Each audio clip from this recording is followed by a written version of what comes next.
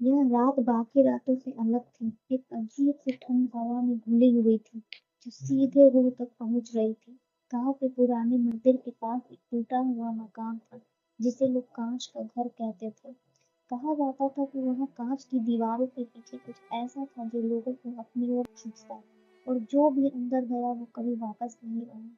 नीरज एक पुरातत्विक जो गांव की प्राचीन धरोहर की खोज में था, इस कांच के घर की कहानी से बेहद आकर्षित था। उसे वहां के बारे में जानने की जिज्ञासा थी, क्योंकि लोगों के गायब होने की गुत्थी आज तक कोई सुलझा नहीं पाया था। गांव वाले उसे बार बार मना करते रहे, पर नीरज की आंखों में उस घर का राज जानने की आग जल चुकी थी। एक ठंडी शाम को नीरज अकेले कांच के घर की ओर निकल पड़ा। जैसे ही वह घर के करीब पहुंचा, उसने देखा कि घर की खिड़कियों से हल्की हल्की रोशनी आ रही थी, जैसे कोई अंदर इंतजार कर रहा हो। नीरज का दिल जोर से धड़कने लगा, लेकिन उसने खुद को शांत रखा और धीरे से दरवाजे की ओर कदम बढ़ाए। दरवाजा एक अजीब आवाज के साथ खुला। अंदर सब कुछ शांत था, सिवाय उस हल्की खनकती आवाज के, जो जैसे कहीं दूर से आ रही थी। यह आवाज किसी टूटते हुए कांच की लग रही थी। कमरे में चारों ओर कांच के टुकड़े बिखरे पड़े थे, जैसे कोई दहशतनाक हादसा हुआ है। तभी नीरज ने देखा कि सामने एक बड़ा कांच का टुकड़ा दीवार पर टंगा था।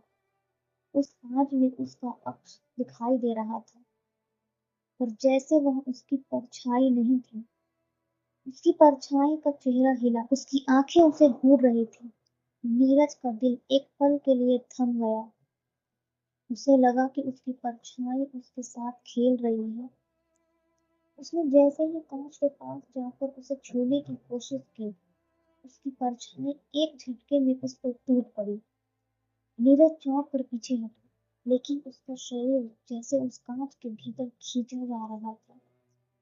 कांच की सतह उसके हाथों के इर्द गिर्द सख्त होने लगी, और उसकी परछाई अब एक सजीव रूप ले चुकी थी। एक अजनबी चेहरा, एक खौफनाक हंसी। तुमने हमें जगाया है, अब यह तुम्हारा अक्स नहीं है। वह आवाज कांच से गूंजती हुई आई। नीरज की आंखों के सामने सब कुछ धुंधला होने लगा, और वह धीरे धीरे कांच के भीतर समाने लगा। अगले दिन गांव वालों ने देखा कि कांच के घर की खिड़कियों से वही हल्की रोशनी आ रही थी। कोई नहीं जानता था कि नीरज कहाँ गया, लेकिन अब कांच के हर टुकड़े में उसकी तस्वीर नजर आती थी। जो भी उस कांच के घर के पास जाता, उसकी परछाई धीरे धीरे गायब हो जाती। और फिर एक दिन वह खुद भी, वह आखिरी रात थी जब गांव वालों ने नीरज के बारे में सुना था। कांच के घर में एक अजीब सन्नाटा पसरा था। लोग अब उस घर के पास से गुजरने से भी डरते थे। लेकिन एक दिन गांव के एक बुजुर्ग ने घर के पास से गुजरते हुए खिड़की के कांच में देखा, कुछ अजीब देखा। नीरज की परछाई, जैसे वह मदद मांग। उसकी आंखों में एक अजीब सी बेबसी, लेकिन आवाज सुनाई नहीं दे रही थी।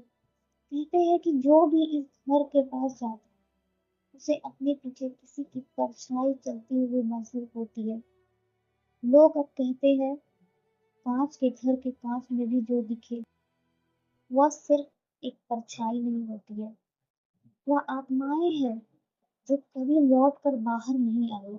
नीरज के बाद कोई उस घर के अंदर जाने की हिम्मत नहीं कर सका, लेकिन रात के समय जब हवाएं तेज चलती है, कांच के टुकड़ों से भी कभी कभी एक सिसकी सुनाई देती है, मानो कांच में कैद आत्माएं अब भी आजादी की राह देख रही है। कहते हैं उस घर के कांच में जो भी झांकेगा, उसकी परछाई उससे कभी भी नहीं रहेगी। डर और अंधविश्वास हमारी सोच को कैद कर लेते हैं, परंतु साहस और जिज्ञासा ही हमें सच्चाई तक पहुंचाते हैं।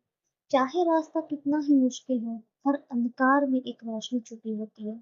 कभी हार मानने वाले अक्स में खो मत जाना, अपनी असली पहचान को तलाशो और अंधेरे में भी खुद पर विश्वास रखो। If you like the story, then subscribe my channel and share the video to your friends.